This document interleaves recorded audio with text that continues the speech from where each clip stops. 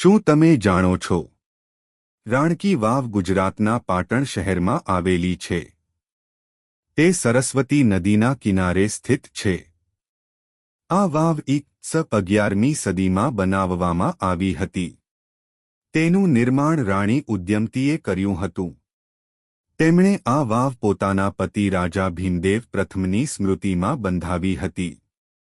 રાણકી વાવ સોલંકી યુગની અદ્ભુત શિલ્પકળાનું ઉત્તમ ઉદાહરણ છે. વાવમાં દેવદેવીઓ અને વિવિધ અવતારોની સુંદર મૂર્તિઓ છે.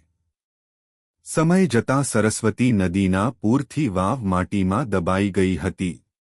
પછી પુરાતત્વ વિભાગે તેનું પુનઃ ખોદકામ કર્યું.